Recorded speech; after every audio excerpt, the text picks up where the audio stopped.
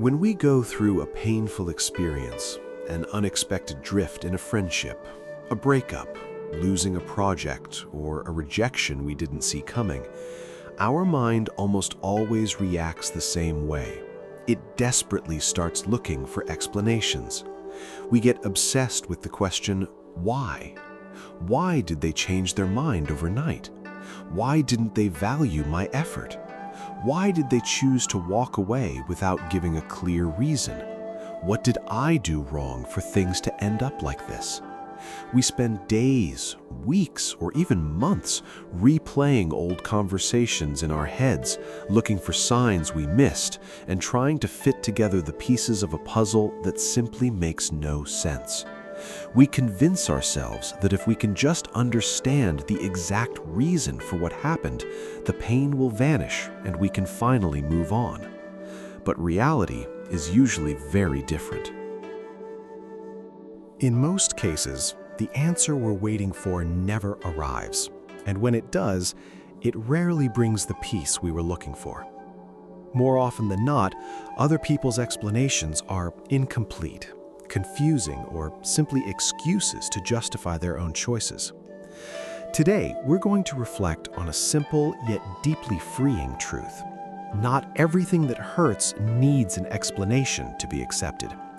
We're going to look at how to let go of the need to understand everything, how to stop demanding closure from people who can't give it to us, and how to find peace in your present, regardless of the questions left unanswered.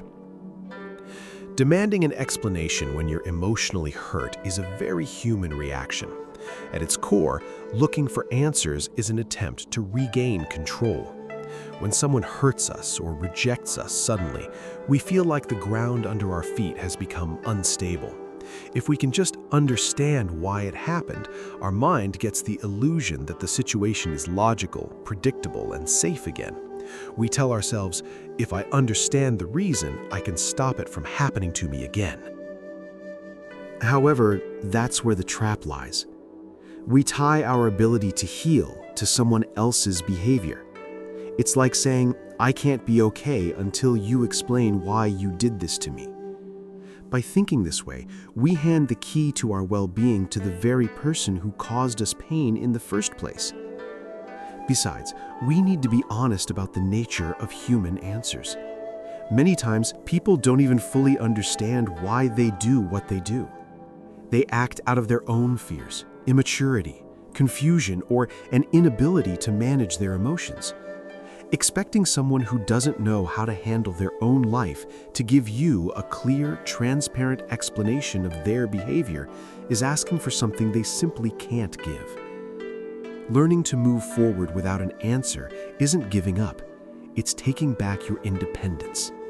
It's understanding that you don't need the other person to give you explanations, apologies, or formal closure to decide that today you are going to take care of yourself and keep living your life. The other person's silence is usually the most fertile ground for self-criticism.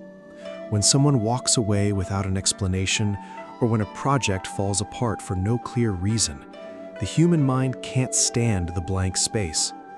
Automatically, we start making up stories to fill the void, and unfortunately, the story we almost always choose to invent is one that places the blame on ourselves. We start telling ourselves, I guess I wasn't enough. If I had tried harder, things would be different. There must be something wrong with me that makes people get tired of me.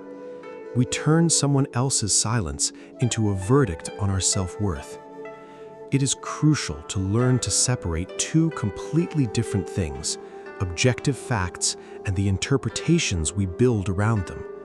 The fact is that the person left, or that the opportunity didn't work out. That is the visible reality.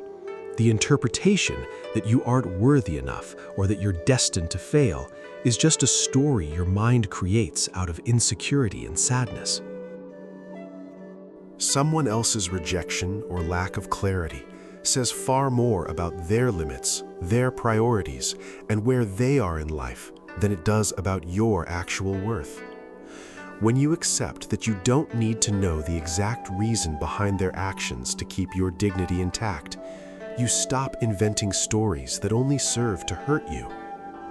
We've been sold the idea that every story must have a clean, perfectly explained ending, like a movie where all the loose ends are tied up in the final scene.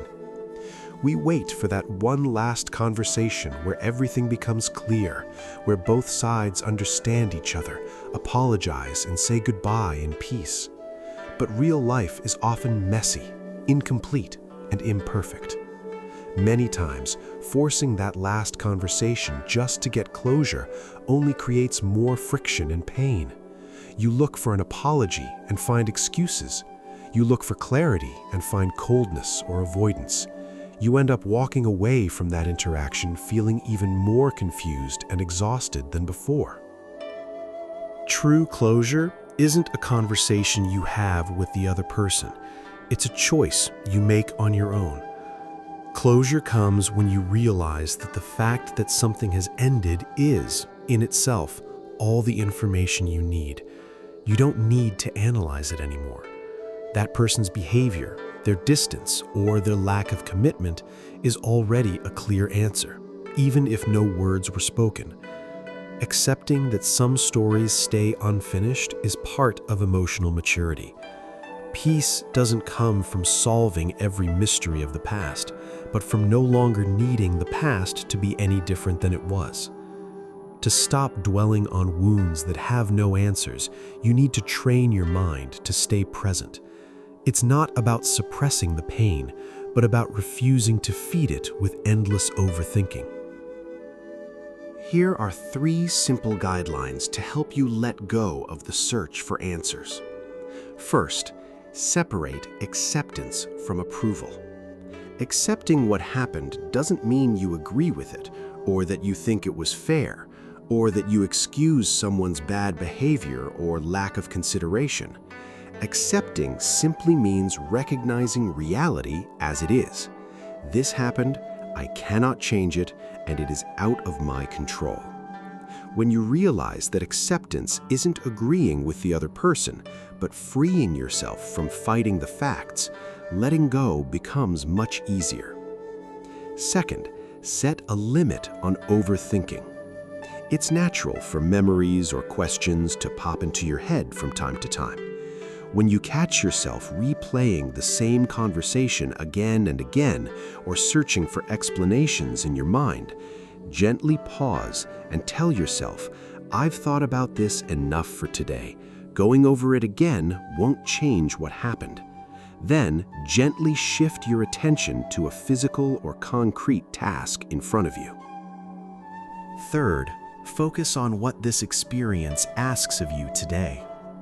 Instead of wasting energy asking why the other person acted the way they did, ask a question that is actually under your control. What do I need today to take care of myself and be okay? Shift your focus away from other people's behavior and toward your current needs, your rest, your space, your work, or your relationships with people who are actually present and clear with you. In the end, healing isn't about finding the answer to all our questions.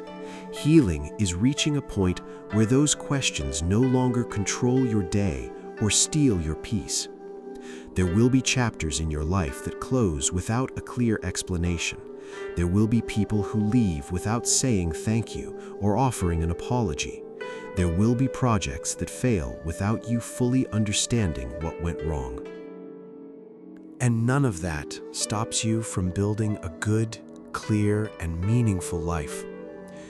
You don't need to understand the storm to walk out of it.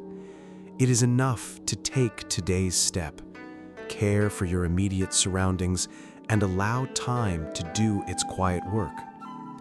Peace isn't found in knowing everything.